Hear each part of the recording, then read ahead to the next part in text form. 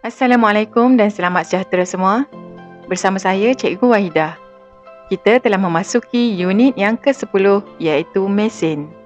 Tajuk yang akan kita pelajari pada hari ini ialah tuas. Dalam tajuk ini, kita akan mengenal pasti beban, fulcrum dan daya pada tuas. Cikgu juga akan menerangkan mengenai hubung kait jarak beban dari fulcrum dengan daya yang diperlukan. Lukman ingin membuka tin cat ini menggunakan pemutar skru. Tahukah kamu, pemutar skru yang digunakan berfungsi sebagai tuas. Tuas digunakan untuk mengangkat atau mengumpil sesuatu objek. Tuas terdiri daripada 3 bahagian iaitu beban, fulcrum dan daya. Penutup tin bertindak sebagai beban, manakala hujung pemutar skru yang menyentuh penutup tin ialah fulcrum. Tangan yang menolak pemutar skru ke bawah pula bertindak sebagai daya.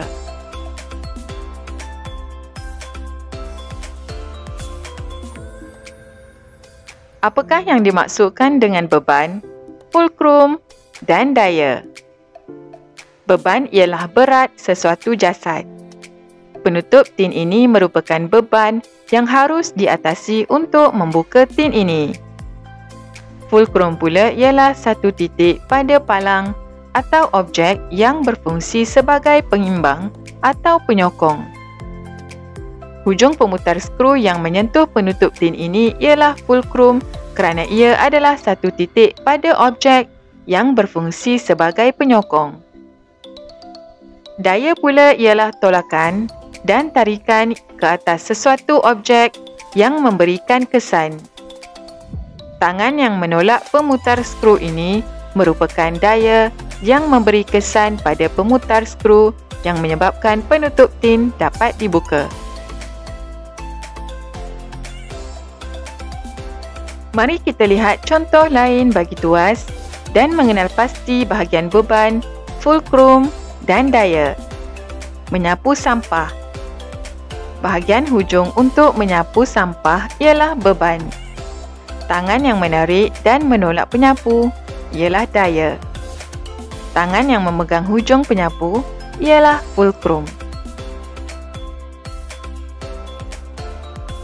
Mencabut paku. Paku yang ditarik adalah beban. Bahagian penukul yang menyentuh kayu adalah fulcrum. Tangan yang menarik penukul adalah daya. Menyepit ais.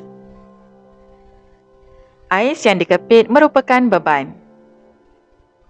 Hujung penyepit ais yang menyentuh tapak tangan merupakan fulcrum. Jari yang menolak penyepit merupakan daya.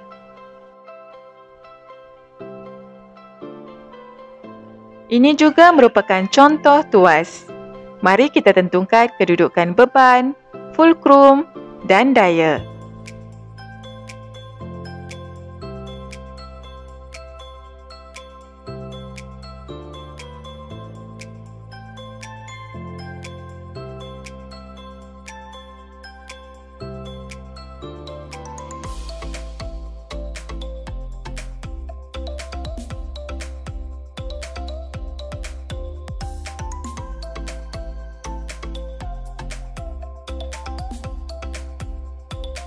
Apakah hubung kait antara beban, fulcrum dan daya?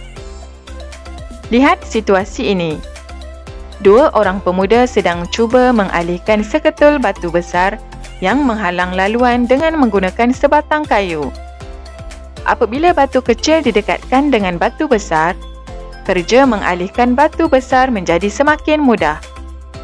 Berdasarkan situasi tersebut, dapat dirumuskan bahawa semakin dekat jarak beban dari fulcrum, semakin sedikit daya yang diperlukan untuk mengangkat beban.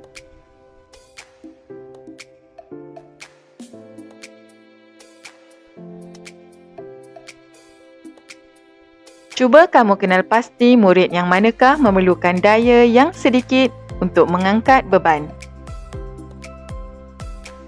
Berdasarkan rajah ini, murid B memerlukan daya yang sedikit berbanding murid A untuk mengangkat beban kerana jarak fulcrum dari beban murid B yang lebih dekat berbanding murid A.